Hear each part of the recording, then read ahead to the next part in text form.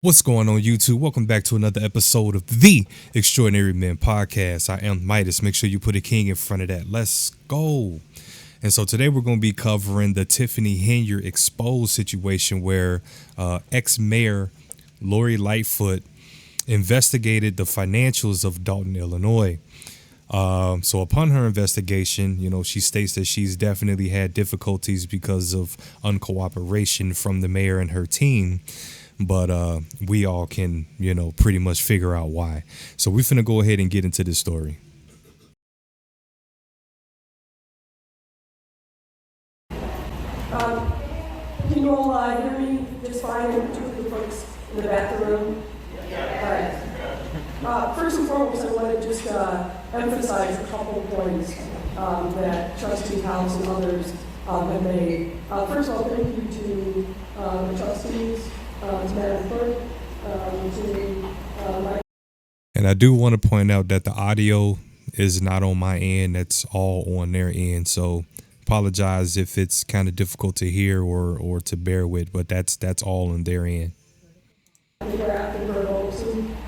has been a challenging investigation, to say the least, because we have not received the level of cooperation from the mayor team that I would have hoped.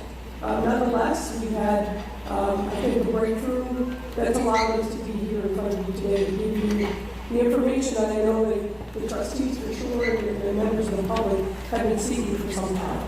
But I do want to emphasize, this is just preliminary.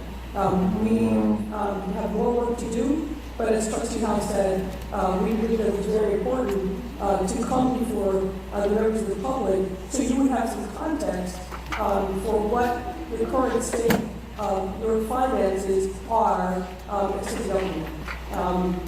As has been alluded to, I think there's going to have to be some tough decisions that are made, but you've got to make that with as complete a set of information as possible, and that's what this presentation is intended to do. Our work is ongoing, and we expect to finish with in expedited fashion, but as I said, we wanted to get to you as quickly as possible.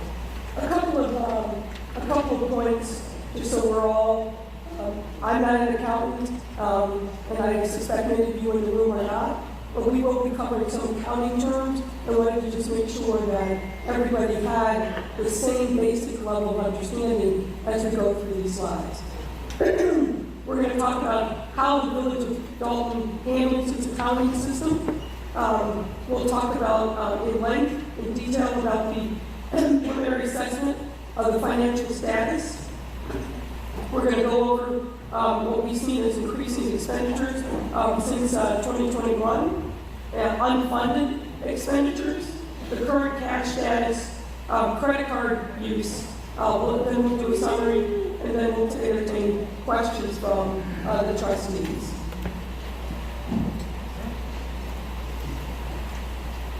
So let me just jump right into it. Many of you know that the village, in the same manner as other municipalities in the state, accounts for its finances using what's called fund accounting. That means, that's just a fancy word of saying the expenses and revenues are divided up into specific buckets of dollars, and those funds are what we're going to be talking about. The village maintains three categories of funds: a general governmental fund, the proprietary fund, and a fiduciary fund. Under each category, I'm going to pass it to my colleague, Amanda, who will go into more detail about these. So within each category of funds, there are underlying funds that are used to account for resources that are for different purposes. The first category, governmental funds, includes the general fund, which is going to be the focus of our presentation this evening. And the general fund is what's used to account for the day-to-day operations of the village. Additionally, there are what are known as special revenue funds. These are specific funds for specific purposes. This includes the motor fuel tax and TIF money.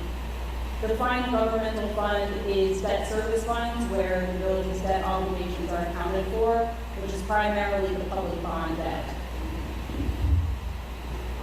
The final two categories of funds, which we will not be covering today, are proprietary funds, which account for transactions that are more business in nature, operations that should be funded by customer payments. That's the water fund, the sewer fund, and the fitness center. And the final are fiduciary funds, which are held for non-governmental parties, and that is the village's pension trust fund.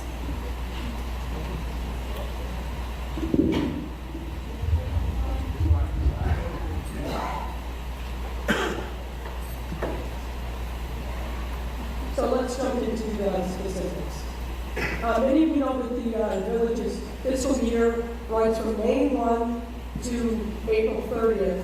So it's those 12 months would span 2 years. Certain financial disclosures are mandated under state law that the village reports to the comptroller of the state each fiscal year. Two documents that we're going to talk specifically about are the annual financial report, and you see the citation there, it's a state law, and the audited financial statements.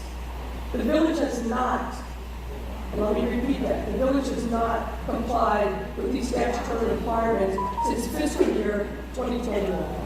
There's no annual financial report available after 2021, and no audited financial statements after 2021. So what that means is the information that we're providing you has not. So what I want to do is I want to take a look and see, when did Tiffany Henyard get elected in?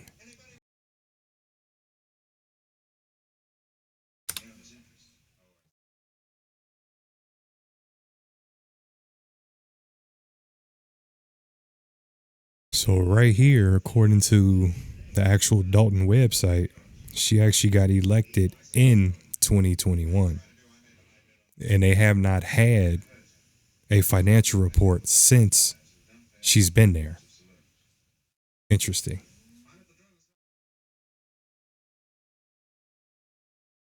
Not been thoroughly audited by a CPA, but we do have information coming from an entity that essentially serves as the finance department of the village. Historically, from what we can tell, the village has had small or no full-time financial staff. At various times, even though statutorily there's a provision for a city treasurer, none exists and hasn't for some time. There's a provision for a finance director. There's been intermittent people that have served that role, but that role has been taken as of May of this year. And before that, the person who held the role started working part-time as of the end of December in 2023. So as you can see, given the lean or no financial staff, there's a lot of dependence upon the John Kasparek accounting firm, which has functionally operated as the village's finance department for some time. What we have examined are monthly financial reports from January of 2021 to May of 2024, produced by the Kasparek firm. And as I mentioned, due to the village's failure to conduct an audited financial statement, we have to caveat the accuracy of the information, but we feel fairly confident based upon lining out not only the monthly reports, but looking at bank statements that match up with the information that's in the financial reports. And we had the opportunity to talk to some of the folks at the Kasparek firm who were responsible for managing the finances of the village, and that work is ongoing.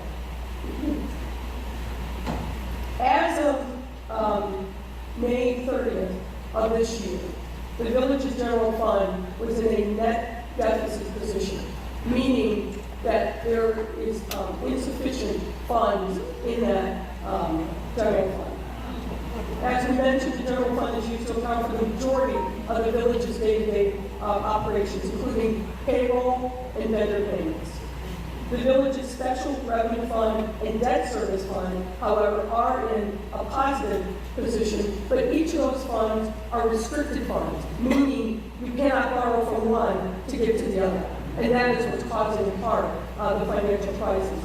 What's next you can see is a graphic that depicts where we started as of April, where the village started as of April of 22 with positive of $5.6 million in the general fund, and where we are as of May of 2024, which is a negative $3.65 million.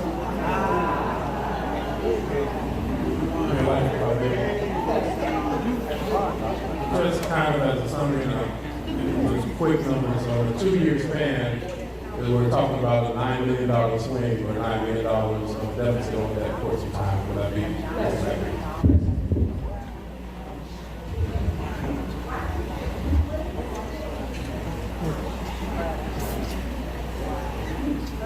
Turning now to the increase in expenditures of the village. Over the last 3 fiscal years, the average monthly expenditures of the village have increased by nearly 30%. As you can see in the graphic, in fiscal year 2022, on average, the village spent about $1.9 million a month. But in the last fiscal year, that amount declined to $2.5 million. These increasing expenditures have not been accompanied by corresponding increases in revenue. Again, as you see in the graph of the blue bars, the revenues have remained relatively the same over that time period, around just over $24 million, while expenditures have climbed from $23 million in 2022 to $30 million in 2024. Ultimately, in fiscal years 2023 and 2024, expenditures exceeded revenue. Specifically in 2024, it was over $5 million more in expenditures than revenues. To look further at the increasing expenditures, the table on the screen highlights the 2 village departments that are the main drivers of this spending increase: the General Administration and Administrative Compensation Department and the Police Department.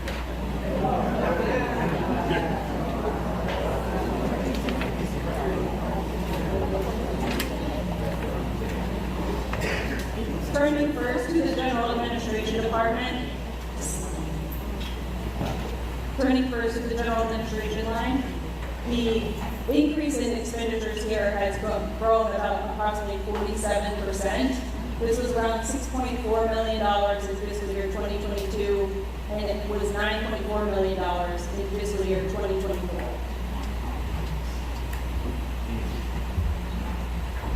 There have been increases in general administration spending in nearly every area, but there are a handful that stick out the most.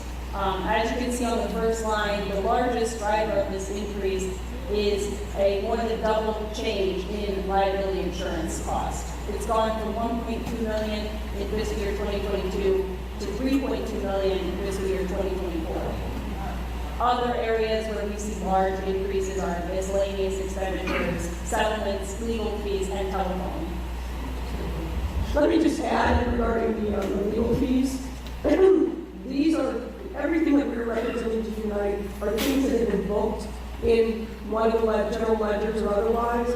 We know that the legal fees that have been booked so far are underestimated because there are a number of legal fees that have yet to be paid. And obviously, with the litigation that's been filed, particularly by vendors who have not been paid, those legal fees will definitely, this is a very conservative estimate of what those fees actually are.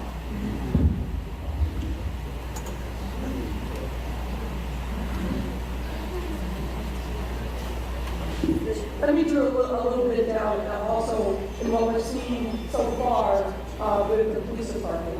Those expenditures have increased approximately 21% since FY22. Some of that is obviously driven by the union contract and making sure that there's retro pay and that police officers are compensated according to the collective bargaining agreement. Within the police department expenditures, categories with large increases include overtime, other miscellaneous expenses, and I will tell you we don't know exactly what that is, but we're working on unpacking that, contraction services, other professional services, and medical insurance. We wanted to highlight for you, particularly given overtime, what we saw as 2 outliers in officers. Officer Terry Young and Officer Roland Reed. Both of these individuals in the last 2 years have earned more in overtime than their base compensation. And you can see these numbers here. How is that even possible? How do you out earn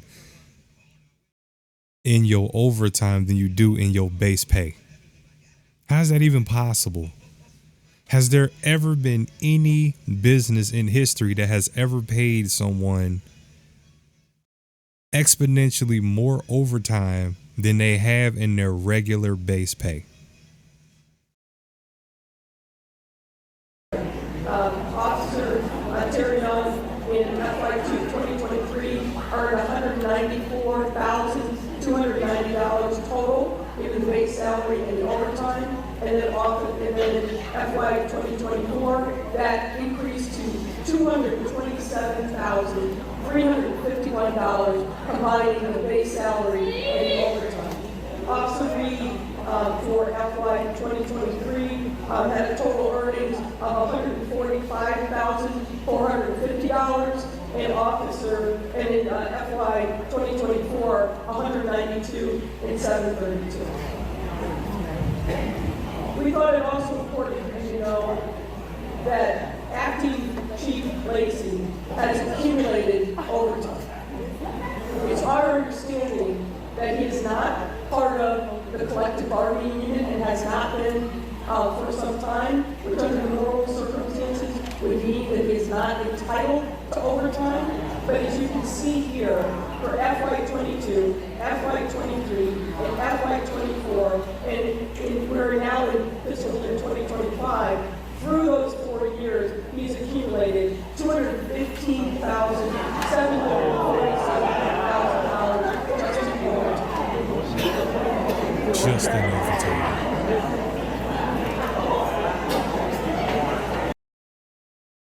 I want to do another deep dive.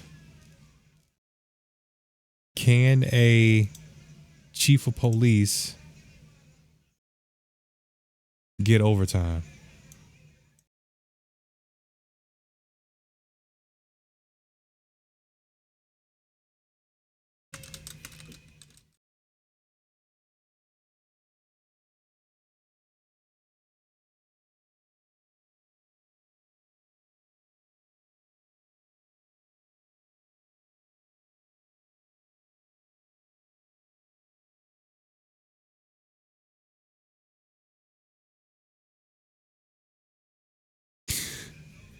It says Illinois State Police, unless that's some type of policy that Dolton has, I'm not sure.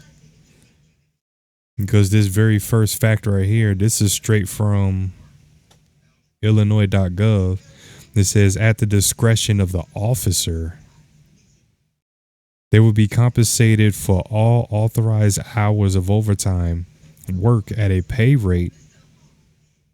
rate of pay equal to 1.5. Let me see.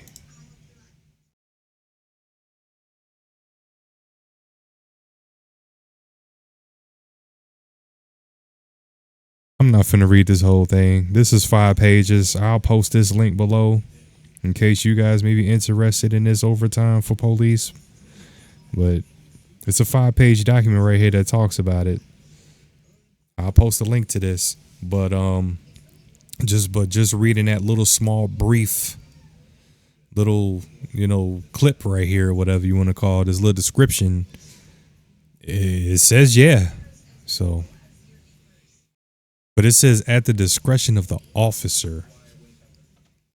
That doesn't make sense to me. Anyway, let's get back into it.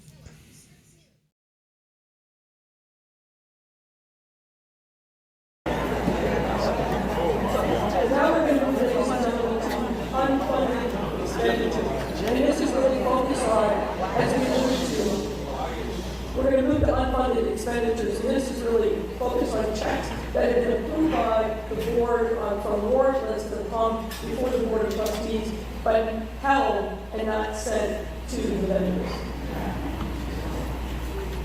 Based on the records that we've reviewed since March of 2023, the village has been unable to pay all of its monthly expenditures with available cash balance. Since that time, nearly every month, a portion of the checks approved and printed have been held by the village due to unavailability of funds. Per records from the John Pittsburgh firm, as of June 18, 2024, there are 589 checks totaling over $6 million that have been approved, printed, but not transmitted to vendors. And that is a big driver of the deficit in the general fund. This over $6 million in health checks, I want to caution, does not account for additional monies potentially owed by the village to vendors for which checks have not even been printed. These categories which we are looking into include, for example, invoices that have been received by village departments, but for one reason or other may not have been entered into the accounting system, which is called My Viewpoint. These invoices have been entered into the accounting system, but not been approved by department heads or by the village administrator. And this could also include invoices that have not been approved by payment for the board of trustees. You're aware that from time to time, the warrant lists are presented. The trustees say, pay this, not pay that. Well, those checks that are on the warrant list roll over from time to time. And it probably makes sense just to explain really briefly. There is not a centralized repository for vendors to put their checks in electronically, their invoices, I should say, so that it's automatically in the system. It has to be either hand-delivered or sent via email. It goes to the appropriate department head. Then it's up to that department head to approve and enter those invoices into the MyPoint system. And it depends upon the dollar amount of the invoice, who has final approval for those invoices to make it onto the warrant list. But that's the way the process works now. It will not surprise you that one of the recommendations that we will have when we finish our work is that the village invest in an automated system so that nothing falls between the cracks. The vendor will be able to see real time where is my invoice moving through the system, and you'll know where it sits, either with the department head or otherwise.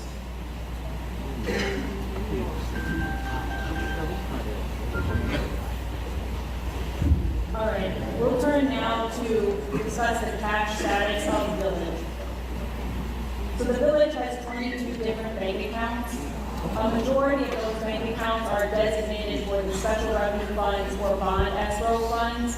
So the money in those bank accounts is restricted and shouldn't be used for day-to-day operations.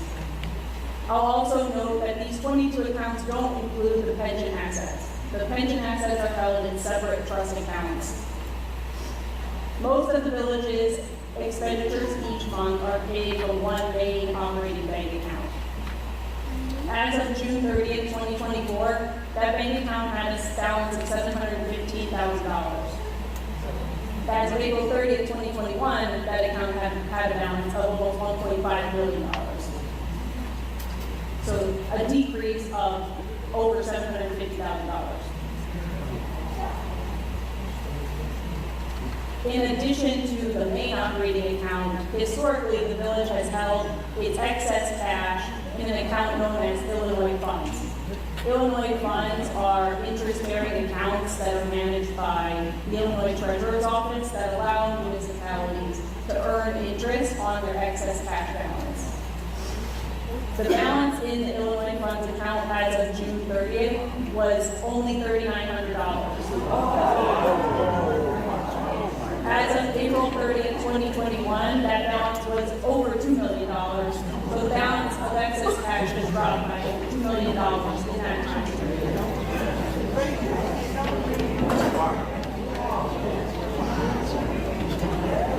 Monthly financial reports include a summary of the unrestricted cash balances of the village each month. Within these summaries, the balance reflected already accounts for those held checks that Lori Lightfoot was just discussing, checks that have been issued but haven't cleared because they haven't been sent yet to vendors. What you can see on the chart is that the unrestricted cash balance of the general fund has dropped from almost $5 million as of April 2022, and it is now accounting for all of the checks that have yet to be sent, is now in a deficit position of over $5.5 million as of May of 2023.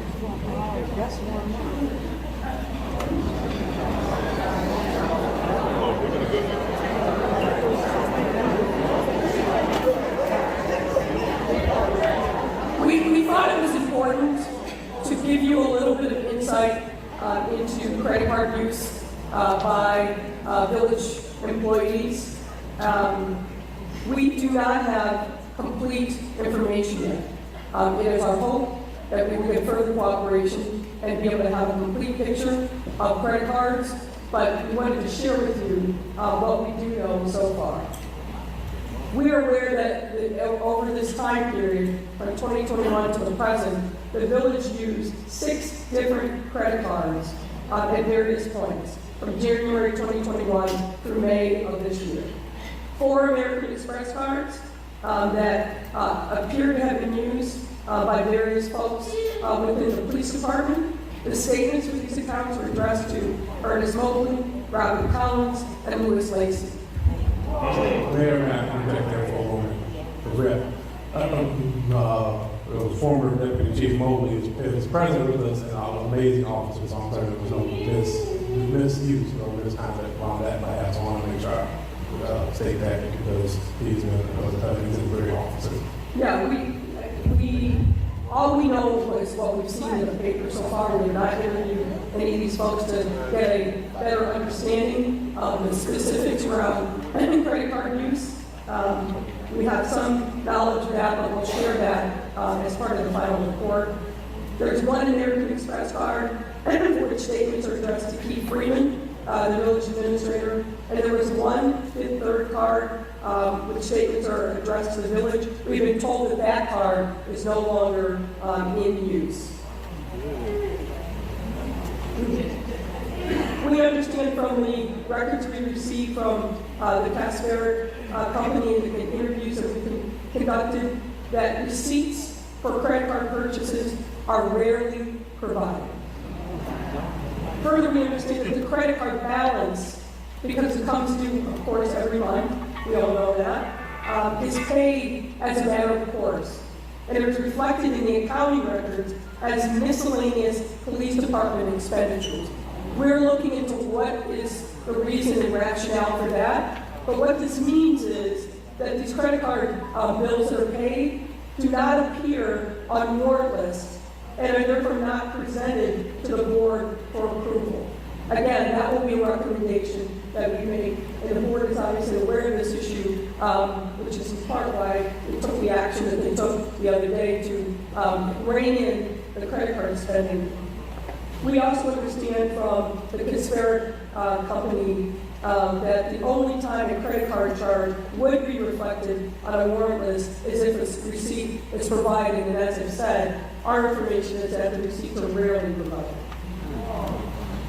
We want to highlight a couple of credit card purchases.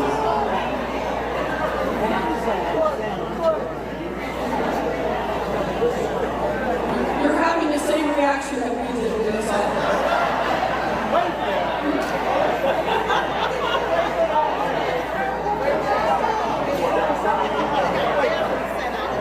So in particular, we were very concerned to see the top 3 purchases that were highlighted for you that were booked on January 5th of 2023. That's roughly $40,000, a little more than that, in credit card purchases on Amazon in the same day. And our understanding is that the village does not have an Amazon account. These are somebody using one of the credit cards and charging these amounts using their tax dollars. We suspect we're going to see, as you can see, expenditures at Target. I'm not gonna lie, now I'm interested in jumping on Amazon and finding out what the most expensive item is on Amazon. What are you buying that you can spend $40,000 in one day on Amazon? That is insane. Walgreens, Best Buy, a number of charges that raise questions in our mind. Are these legitimate purchases using the credit card? What we've also found in the credit cards, I know there's been a lot of interest in travel, and we have highlighted here on this slide some of the travel that is reflected in the village credit cards.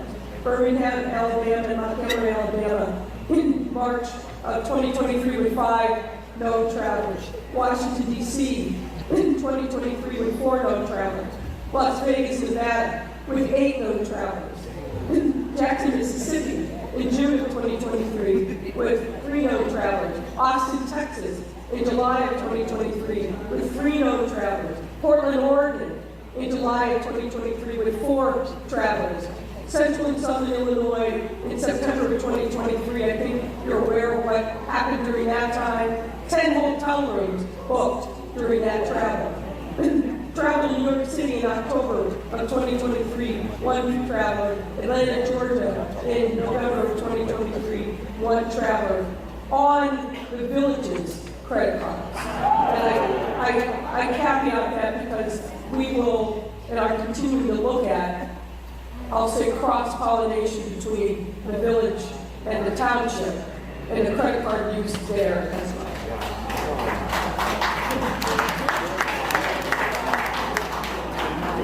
So let me summarize for you kind of what we presented, what we found so far regarding the finances. The general fund is used to pay the vast majority of the village's expenses. As you heard, as of May 31st of this year, the fund had a negative balance of $3.65 million.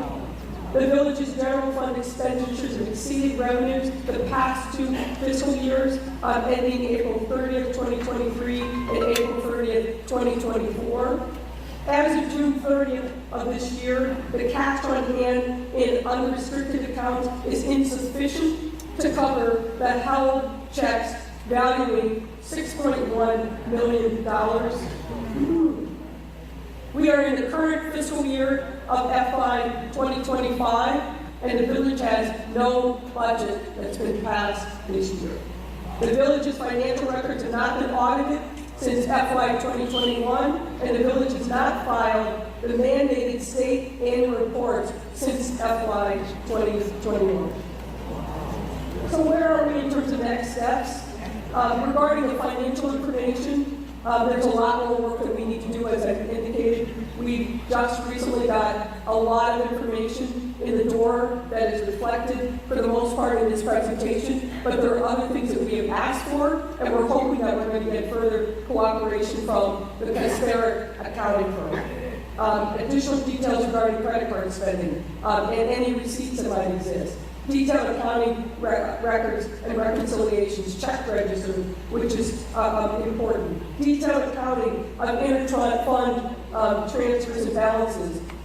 What we're seeing, and we need to really look at the detail here, is that there is a transfer from one fund, in some instances there's restricted funds, into another fund, and vice versa.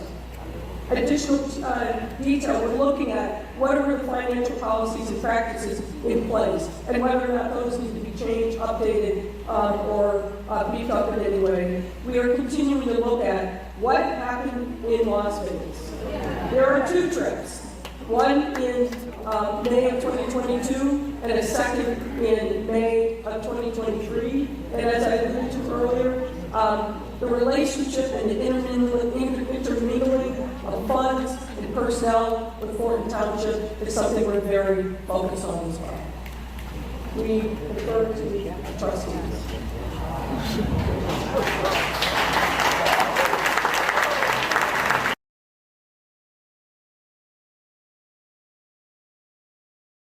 That's insane. So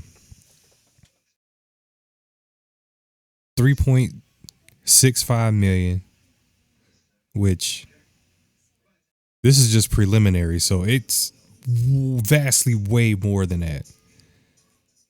For all we know, we could possibly be looking at, 15, 20 million in the hole. Possibly. It could be that high.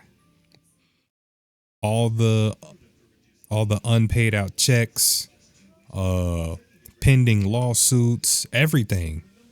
When it's all said and done, it could be anywhere 15, 20 million. Could be less, could be more. So I also have further information or some type of update where she's possibly on the run now, or she's nowhere to be found. So this comes from CBS.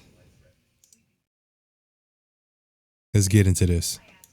The village of Dolton is more than $3.5 million in the hole. Mayor Tiffany Henyard is accused of misusing money, and today she's nowhere to be found. Tara Molina spent the day in Dolton following the investigation into Henyard's spending. Tara? Jim and Marie, former Chicago Mayor Lori Lightfoot is the special investigator in this case. And like we first told you last night, not only did she find the village of Dolton is in significant debt, but she also found the village's credit card spending is out of control. Mayor Tiffany Henyard didn't respond to any of my requests today, and I'm told she's not in the building. No response to repeated interview requests. I tried to track down Dolton Mayor Tiffany Henyard in person today. Village employees told me she wasn't in the office and didn't say when she would be, a day after this. A packed community meeting Thursday night, outburst after outburst. Following special investigator Lori Lightfoot's limited examination of Dolton's finances. Her report revealing as of May 31st, the village's general fund had a negative balance of $3.65 million. Lightfoot originally hired by trustees concerned about spending, like self-promoting taxpayer-funded billboards, ads, plus spending on lavish dinners and trips. Why are we going to these places? What's happening here? Dolton trustee Brittany Norwood sat down with the CBS News Chicago investigators in February, telling us then trustees were denied requested bank statements. You're having the same reaction that we did when we saw it. With credit card spending out of control. Receipts for credit card purchases are rarely provided. Lightfoot further uncovering spending that doesn't add up. The report shows $40,000 spent on Amazon purchases in one day, money that's unaccounted for. These are somebody using one of the credit cards. Another question lingering here, money spent on police overtime, with 2 officers racking up 6 figures in pure OT, $108,000 and $114,000. The deputy chief, just fired here last week, Lewis Lacey, paid $96,000 in overtime. The village has been unable to pay all of its monthly expenditures with available cash balance.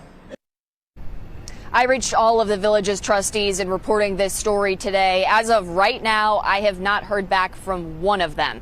Of course, we also haven't heard back from Mayor Tiffany Henyard. If any of that changes, we'll update the story that's up on our website right now, where you can find all of our coverage of these issues here in Dolton. Reporting live in Dolton this afternoon, I'm Tara Molina, CBS News, Chicago. Tara, thank you.